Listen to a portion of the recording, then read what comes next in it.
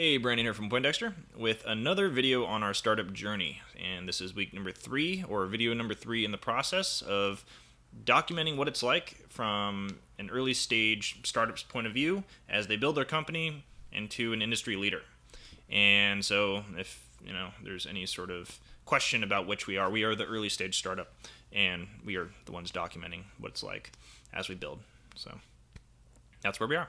And the reason we're doing this is because we have a lack, I think, of content available on the internet as far as what it's like specifically on a weekly basis at an early stage startup with literally a team of 2, and sort of the challenges that you face and what you do on a weekly basis and how you overcome those things. So we're documenting what that's like for us, and the hopes that it'll help some of you out there that are at the same stage.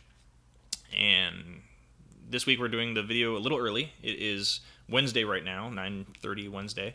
And the reason we're doing this is because tomorrow, at least in the US, is Thanksgiving, and I wasn't sure we were going to have enough time in between the chaos of family and stuffing our faces full of mashed potatoes to get one of these done, so we are doing it right now. And I feel like we have some things to talk about, so despite the fact that it's only been 3 weeks, 3 days. 3 days. Yeah, I can count. Anyways, so this week, what did we learn? Well, we didn't really learn necessarily this tidbit this week, but we did learn it pretty recently, and it's a product of my listening to the MFCEO project, which is a podcast that you can get pretty much anywhere, and it's really entrepreneurial focused, not necessarily tech startup-y, but just more business topics, I guess. Most of the things that we'll encounter as we grow. And one of the things that I think they talk about a lot on there is, your mentality, right? It's really mentality centric. And this week is a perfect example of how to approach it with a different mentality than your competition is most likely approaching it. And what I mean by that is most of the people are going to take this week and they're going to take it off. They're going to relax. They're going to take it easy. They're going to, do whatever they do, right? Most of it's not going to be working though.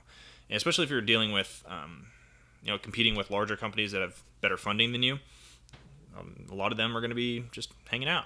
And so this is a great opportunity for us to really make up a lot of ground, or even put some distance in between us and our competitors. And so keeping that killer instinct, and when others let their guard down, you are just going full steam ahead, that can be a real advantage, especially if you're scrappy and again, you don't have a lot of resources where you can delegate a lot of things and get a lot of initiatives pushed forward at the same time. This is where we can make up that ground. It's not going to be enjoyable. It's not going to be fun, certainly, because it's a holiday. We want to enjoy ourselves, but this is the price we pay, right? So, tomorrow and Friday, when most people are relaxing, I'm going to be working in between, getting my tasks done, in between bowls of mashed potatoes, essentially. So that's what we're going to be doing, and so that's how we're approaching this week. And I would recommend checking out the MFCEO project if you don't mind a little bit of cursing. There's about a 1-to-3 ratio, so every third word or so will be a curse word. Pretty moderate to light cursing, and obviously that's sarcasm. There's very heavy cursing, just in case some people are not familiar with sarcasm. And so, if you have a problem with that, don't check it out. Check out another podcast. If you don't have a problem with cursing, go ahead and check it out. It's really great. A lot of great material. I started from episode 1, went all the way through. Probably my 3rd time going through now. It's been that valuable, and it's really a lot of motivation stuff in there too. So especially if you're having a harder day or something like that, listen to that, fires you up, gets you feeling good. So I'd check that out. And that's what we learned. As far as a problem we overcame, so I wouldn't say that this is necessarily, I don't know, I guess it depends on how you look at it. It's not a problem to me, really, but kind of. I don't know. So here it is. We got rejected by an investor today, literally today, this morning, and that we weren't even trying to raise money from. So that's an interesting dynamic, I know. And he reached out to us. We had been in contact about, 9 months ago or so, and was interested in what we're doing, asked some questions, and then kind of went away. And we even presented to him, and then that was kind of it. And then all of a sudden he reaches back out. And it's like, oh, yeah, you're still early. We'll circle back in 6 months. I'm like, all right, well, I wasn't even asking for anything, so kind of kind of odd. I mean, it's the second time I've been rejected from an investor I wasn't asking for money from, and so it's just one of those things where it's slightly, I don't know, if you have a problem with rejection, or I mean, these are just like some of the things that you deal with. Like I got rejected from somebody I wasn't even pursuing, so that's you're gonna have to deal with that, I'm sure, at whatever it is you're doing. And it's kind of the nature of the beast.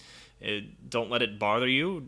Just kind of brush it off and realize there's a million people trying to make some money off of you, and not everybody's right for you, right? So just because somebody wants to give you money, it doesn't necessarily mean you should take that money. If your interests are not aligned, that can actually end up being a problem more than it is a solution for your lack of money. So you really want to be careful about who you end up taking investment from. It's like taking on a partner. It's like a marriage of some kind. You don't necessarily want them telling you how to run your business, or influencing you in directions that you don't want to go, right? So something to consider. For us, we just kept moving forward, and we're just going to keep doing that. So yeah, that was a fun time. And then as far as something that we succeeded with, so we recently launched our newest sales pages, or landing pages, or root domain pages, however you want to call it.